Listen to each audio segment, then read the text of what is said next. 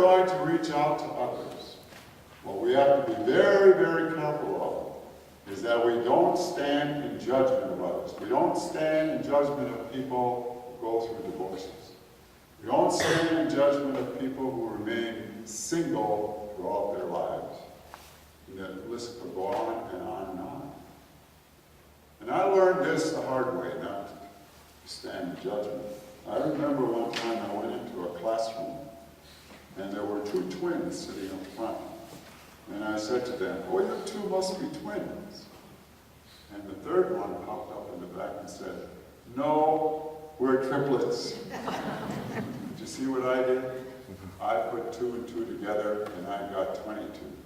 We do that, don't we? So often, we judge others and say, "Oh, so-and-so not leading a good life." I remember one time this one man came up to me and he was saying, "Oh yeah, there are all these people, look at the bad things that they're doing." And later on I found out that this man was running around with another woman. But he was standing in judgment of others.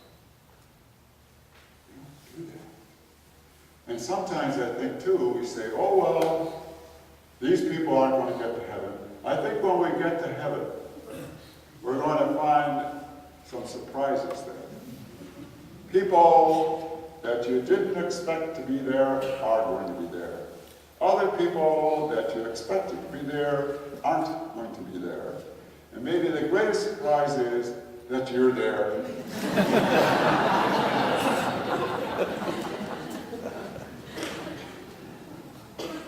This actually happened in a parish.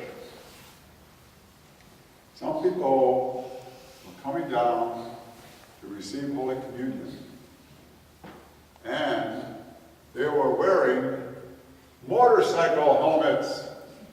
Can you imagine? Wearing motorcycle helmets. And sure enough, somebody went up to them and said, "Hey, you can't come down and receive Holy Communion with motorcycle helmets on." These people walked out of church. Later on,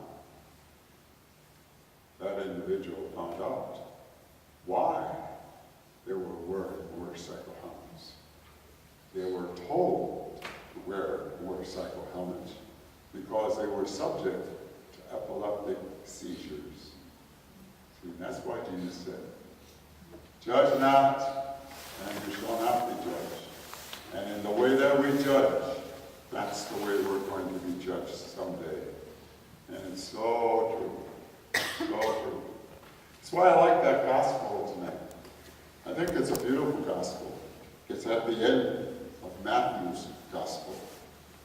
Because people often say to me, "Well, yeah, I'd like to do something. I like to reach out to others. I like to share my faith with others, but I don't know if I can do that. I don't know if I can do that." And that's why, notice what Jesus said. He's leaving these disciples now. And they realize they're on their own. They're on their own. And so, there was a cartoon to that effect. Saying, well, the disciples were saying to Jesus, "Is there a plan B if plan A doesn't work?" Jesus says, "No, there is no plan B. There's only you." It's so true. We are the ones that are to carry on the work of Jesus Christ in the world today. And we have the assurance of Jesus when he said,